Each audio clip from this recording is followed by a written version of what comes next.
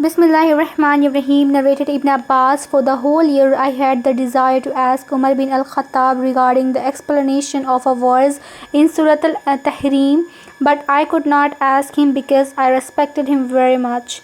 When he went to perform the Hajj, I too went along with him.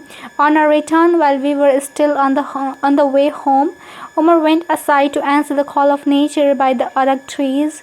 I waited till he finished, and then I proceeded with him and asked him, O chief of the believers, who are the two wives of the Prophet who aided one another against him?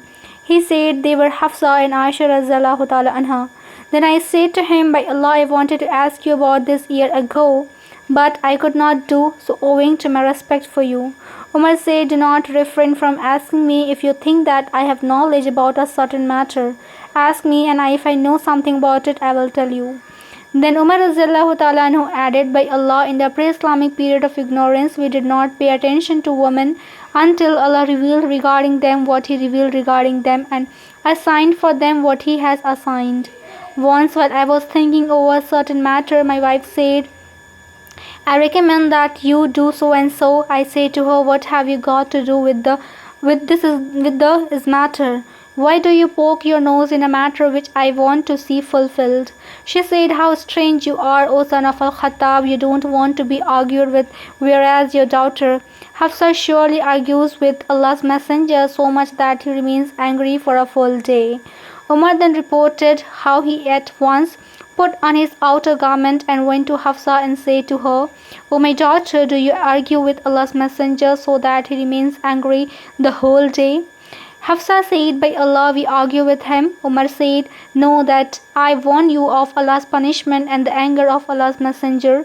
O my daughter, don't be betrayed by the one who is proud of her beauty because of the love of Allah's Messenger for her. Aisha radhiyallahu ta'ala anha, Umar added, Then I went out to Salma's house, who was one of my relatives, and I talked to her. She said, O son of al-Khattab, it is rather astonishing that you interfere in everything. You even want to interfere between Allah's apostle and his wives. By Allah, by her talk, she influenced me so much that I lost some of my anger. I left her and went home. At the time, I had a friend from the Ansar who used to bring news from the Prophet in case of my absence. And I used to bring him the news if he was absent. In those days, we were afraid of one of the kingdoms of Ghassan tribes. We heard that he intended to move and attack us. So fear filled our hearts because of that. One day, my Ansari friend unexpectedly knocked at my door and said, Open, open. I said, Has the king of Ghassan come? He said, No, but something worse. Allah's Messenger has isolated himself from his wives. I said, Let the nose of Aisha radhiyallahu ta'ala anha and Hafsa be stuck to dust, humiliated. Then I put on my clothes and went to Allah's Messenger's residence, and behold, he was staying in an upper room of his, to which he ascended by a ladder, and a black slave of Allah's Messenger was sitting on the first step. I said to him, Say to the Prophet, Umar bin al-Khattab is here. Then the Prophet admitted me, and I narrated the story to Allah's Messenger. When I reached the story of Salma, Allah's Messenger smiled while he was lying on a mat made of palm tree leaves with nothing between him and the mat. Underneath his head there was a leather pillow studded with palm fibers, and leaves of a short tree were peeled at his feet, and above his head hung a few water skins. On seeing the marks of the mat imprinted on his side, I wept. He said, Why are you weeping?